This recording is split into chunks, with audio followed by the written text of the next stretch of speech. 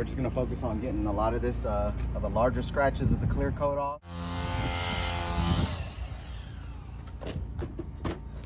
That's all she wrote.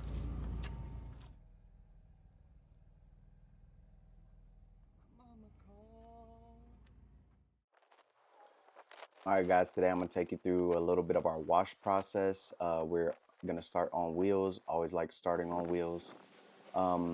We're gonna, first off, cool off the wheels, hit it with some acid, 15-to-1 dilution, and just give it a nice scrub. I'm not too worried about the barrels because we did detail this vehicle 6-7 weeks ago.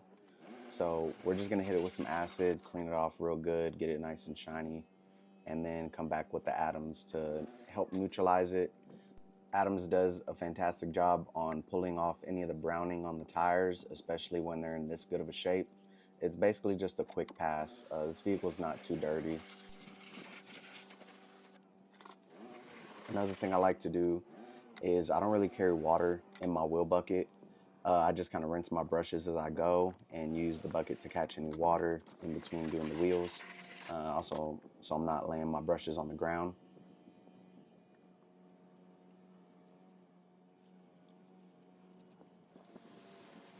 And as you can see, these wheels came out looking great. Now it's time to begin the hand wash process. We're gonna foam the car up. Today we're using Gentle Snow Foam by Koch Chemie and our MJJC foam cannon. I love this soap. We only use 1 ounce and fill the rest with water. As well as our Ryobi 1800 pressure washer. It's only $100 at Home Depot. Get you one.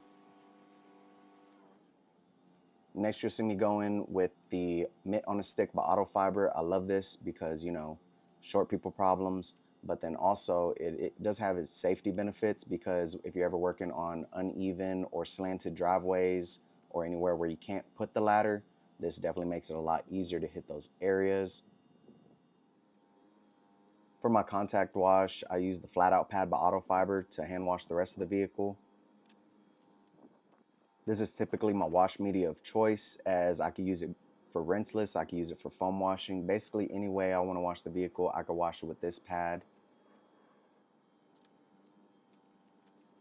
Pro tip, I always aim at the ground first when rinsing off a vehicle. We don't want our tips flying off and hitting the vehicle, dinging it, causing any damage. Another thing I like to do is whatever side of the vehicle I start rinsing from, rinsing off the soap, I try to hit the top and push as much water off the other side as possible. So by the time I go over there, there's not a lot of soap left on the top. As you can see, I'm testing the hydrophobics, as we did wax this 6 weeks ago, and we used JustCar PowerLock Plus as the customer requested a hand wax. Now for us, our typical hand wax is going to consist of a full decon wash, that's chemical and mechanical decon with the iron remover and clay towel or clay bar, depending on severity or if we're polishing that day. And we follow it up with a black finishing pad and our wax of choice. You'll see as I start my drying process, I'm starting from top to bottom, getting those areas while I'm up there, and then we're gonna move on to the glass. I typically like to do the glass first, as to prevent the water spots. Then we're just gonna move on to drying the rest of the vehicle top to bottom, making sure we get all the big moisture off. I'm not too worried about getting all the moisture off. As you'll see coming up, we're gonna come through with a blower and another drying towel.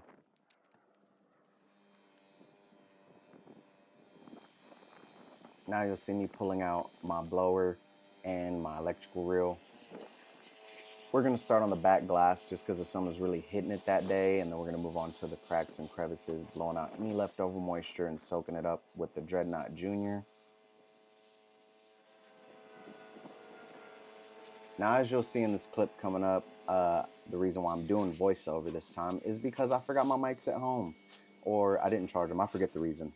But go ahead and turn down your volume if you have it at max right now, because the generator is a little loud. A nice little scratch right here we're going to try to buff out. There's a little bit of paint loss, but I explained that to the customer. That's not probably going to come out. So we're just going to focus on getting a lot of this, of the larger scratches of the clear coat off. There's like 2 spots right here that might not come off. So we're just going to do our best and get that looking better for the customer. I'm going to opt out for this Lake Country. It's very thin on the backing. But this is the one that I like using for a little quicker cut, just to save me some time. And I am using the Lake Country pad cleaner as well. I do have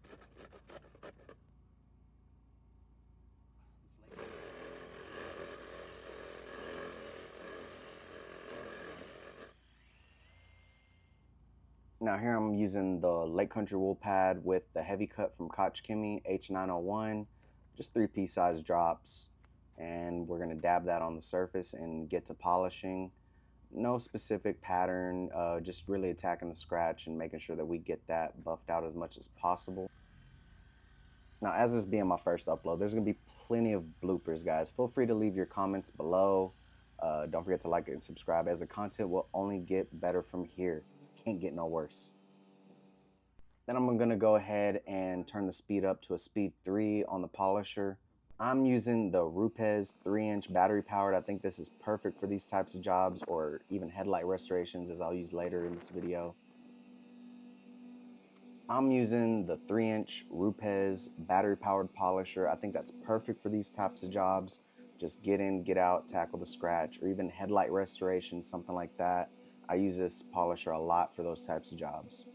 Then we're gonna just switch back over to the, oh wow, look at me being an idiot, not even recording. But yeah, I'd say that took out a lot of it. I took out a majority of the scratch, and now we're just gonna hit the little areas back, shine it back up, because this does, the H9 will dull it. It will dull the paint a little bit. So we're just gonna switch back over.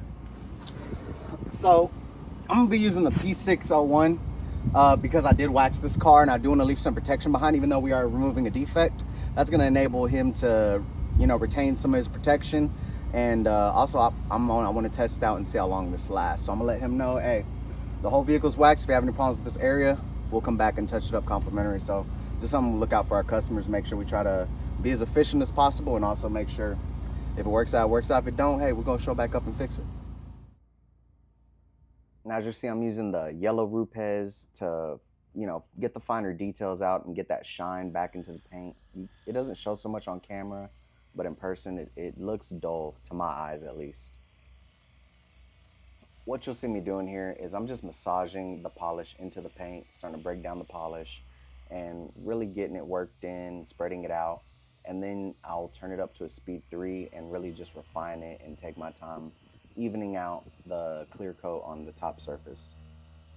Now, what you're gonna see me doing here as I work the polisher back and forth, it's a technique called the mow down method. And what I'm doing is typically it's mowing down the clear coat around the scratch to create more of an even surface. And what you're doing to enable that is you're gonna lift the pad slightly to where you're applying more pressure on one side of the pad than the other. So as it rotates, it's grabbing the clear coat and causing more friction and giving you a little more of an aggressive cut, so I don't have to switch back to my wool pad, and I'm able to get the results that I'm looking for with this pad and polish, specifically in this step. And then I'll finish it off by keeping my pad as flat as possible to the surface, really trying to jewel the paint and get it as even as possible on the clear coat, giving it a nice gloss.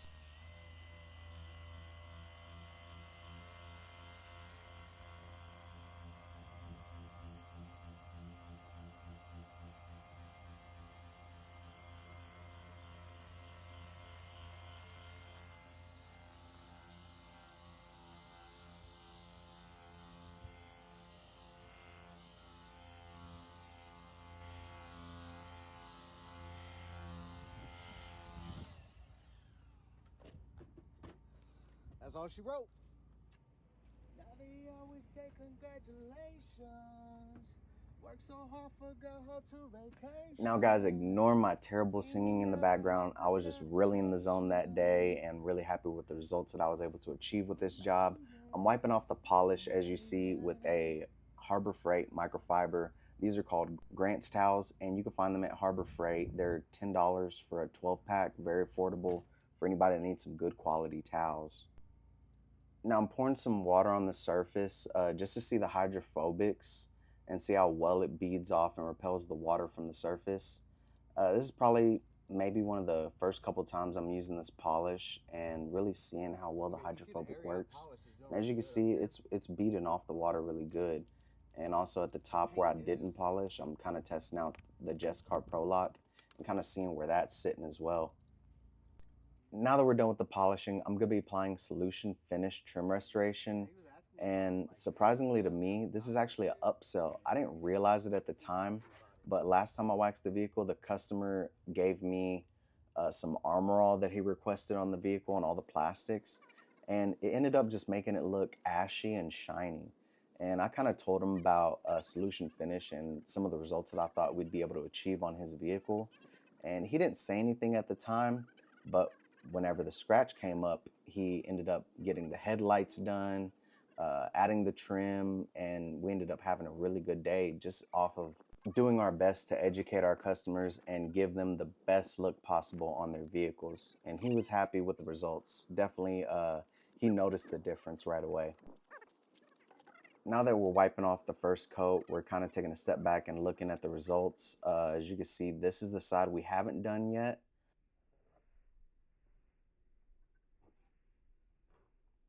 And this is the side that we did, and you could definitely tell a big difference. It doesn't have that ashy white look to it anymore, and so we're applying a second coat just to see if we can get it any better results out of this.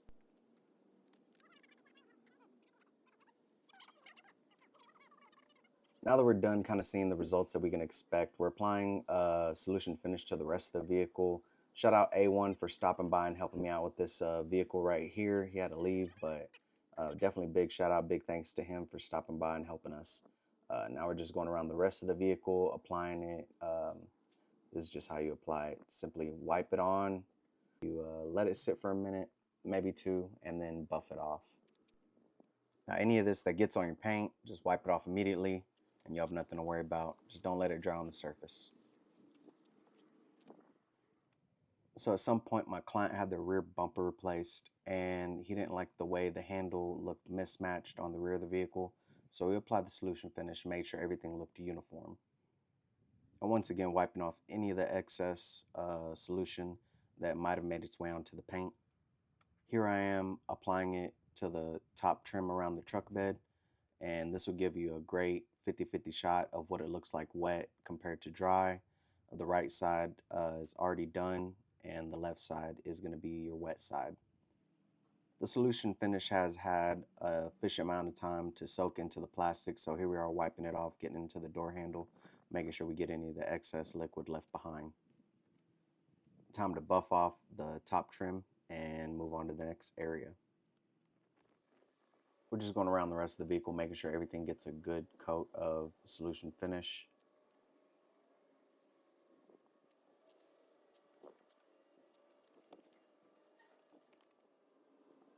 Making sure we hit the mirrors.